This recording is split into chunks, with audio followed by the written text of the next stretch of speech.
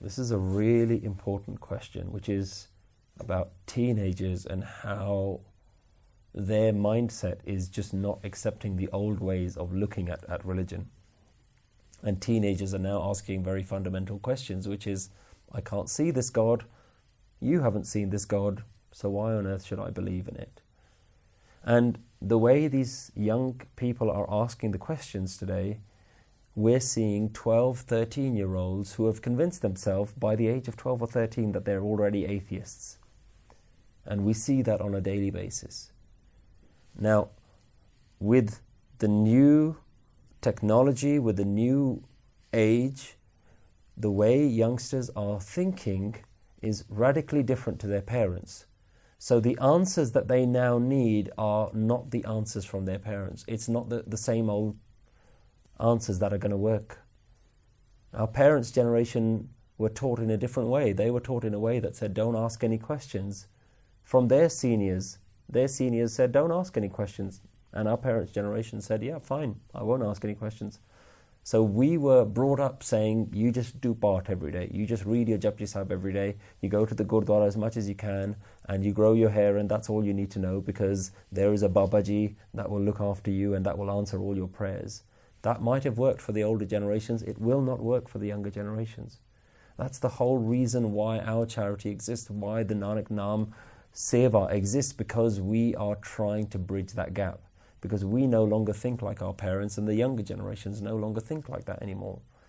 And I would categorically tell young children that we're not here to believe in God. Because your parents believed in something that they never saw, but young children are saying, we want to see it. This is why meditation is now more important. We have to feel it, we have to understand it.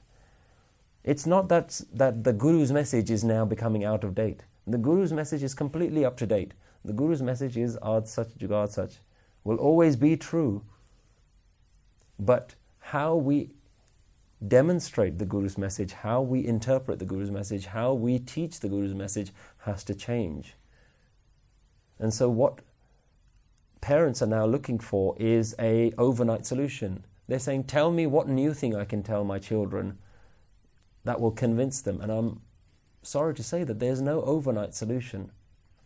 There's no magic word that I'm going to say that says, say this to your children and your children will be convinced.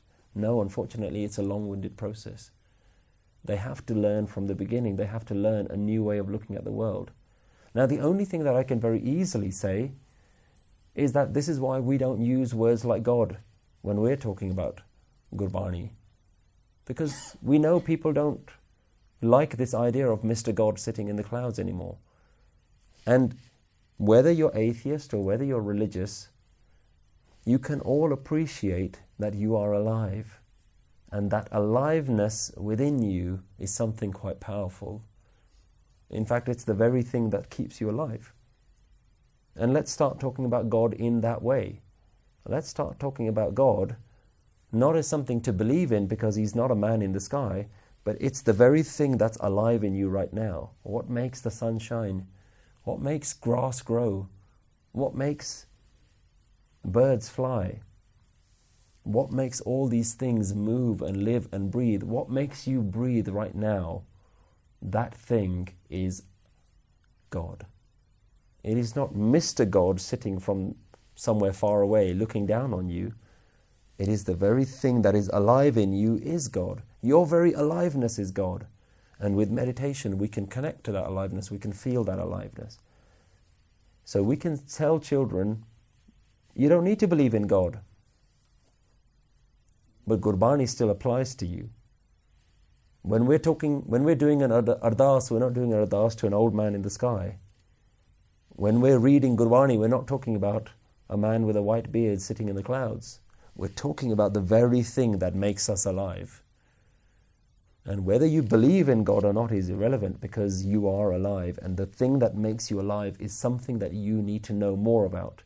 Because if you don't focus on that thing that makes you alive, everything else that you will distract your mind with is ultimately going to make you suffer.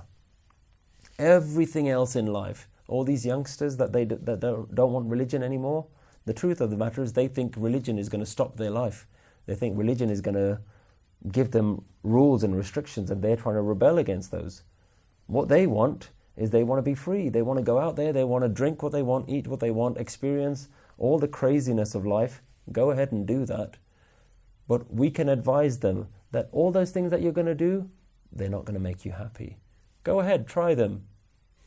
Learn from our experience that these things are not going to make you happy. But every kid has to go through that ego trip. Every kid needs to have that little journey. Every kid has to try it out for themselves, unfortunately. And they all have to try these things out.